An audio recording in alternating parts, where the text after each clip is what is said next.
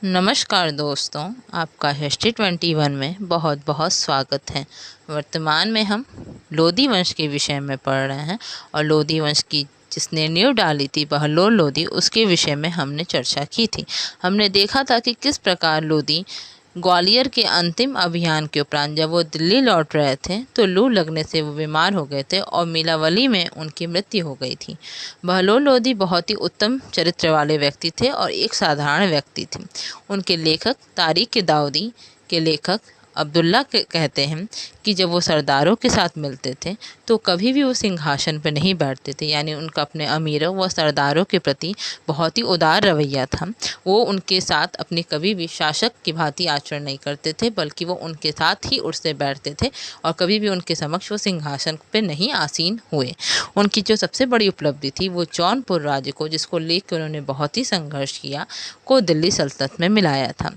ये दिल्ली सल्तनत में सभी शासकों में थे, जो भी दिल्ली सल्तनत में जितने भी शासक हुए उनमें सर्वाधिक समय तक शासन करने वाले शासक थे। और इन्होंने कितने वर्षों शासन किया था? इन्होंने 38 ईयर तक शासन किया, जो कि अपने आप में ही एक बहुत बड़ी बात है। दिल्ली सल्तनत पर शासन करने वाला, जैसा कि हमने उल्लेख किया था, ये प्रथम अफगान वंश था और इसके साथ ही साथ इन्होंने बहलोली सिक्के किए, जो बहुत ही समय तक प्रचलित थे, यानी मुग़ल काल में भी सिक्के प्रचलित थे। तो बहलोली सिक्के बहुत प्रचलित थे और ये जब शेर शाह सूरी के उपरांत ही इस सिक्के का प्रचलन बंद होता है। इनके उपरांत जो इस वंश के सबसे महत्वपूर्ण शासक थे सिकंदर लोदी, वो थे। वो सबसे सर्वश्रेष्ठ थे। वो कुशल सैन्य व्यवस्था तो किए थी, साथ ही साथ एक बहुत ही अच्छी गुप्तचर प्रणाली भी उन्होंने गठित की थी।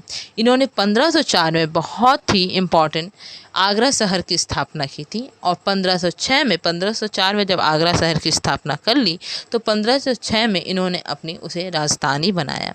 इन्होंने गुलरुखी नाम से फ़ारसी में कविताएं भी लिखा और इन्होंने उसके साथ साथ कुतुब मीनार की भी मरम्मत करवाई और इनकी 21 नवंबर 1513 में इनकी मृत्यु हो गई थी। इन्होंने भूमि को नापने हेतु गज सिकंदरी का प्रारंभ किया था, जो कि 30 इंच था।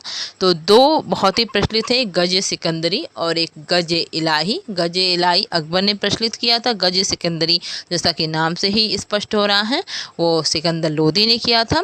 और जो गज सिकंदरी का जो प्रारंभ जैसा बताया कि वो 30 इंच का था और इनके आदेश पे एक आयुर्वेदिक ग्रंथ का फारसी में अनुवाद किया गया था, जिसका नाम था फरहंगे सिकंदरी उसका नाम रखा गया था। और गान विद्या पे एक श्रेष्ठ ग्रंथ की रचना हुई थी इन्हीं के समय, जिसका नाम था लज्जत ए सिकंदर शाह। तो आज का वीडियो यहीं पे समाप्त होता हुआ। अब इस वंश के अंतिम शासक लोदी वंश, इब्राहिम लोदी, जिसके विषय में हम नेक्स्ट वीडियो में चर्चा करेंगे।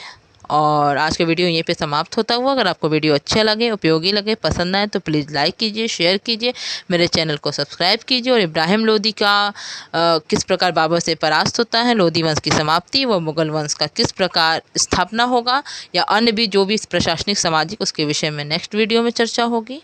अंत तक वीडियो में रहने के लिए बहुत बहुत धन्यवाद।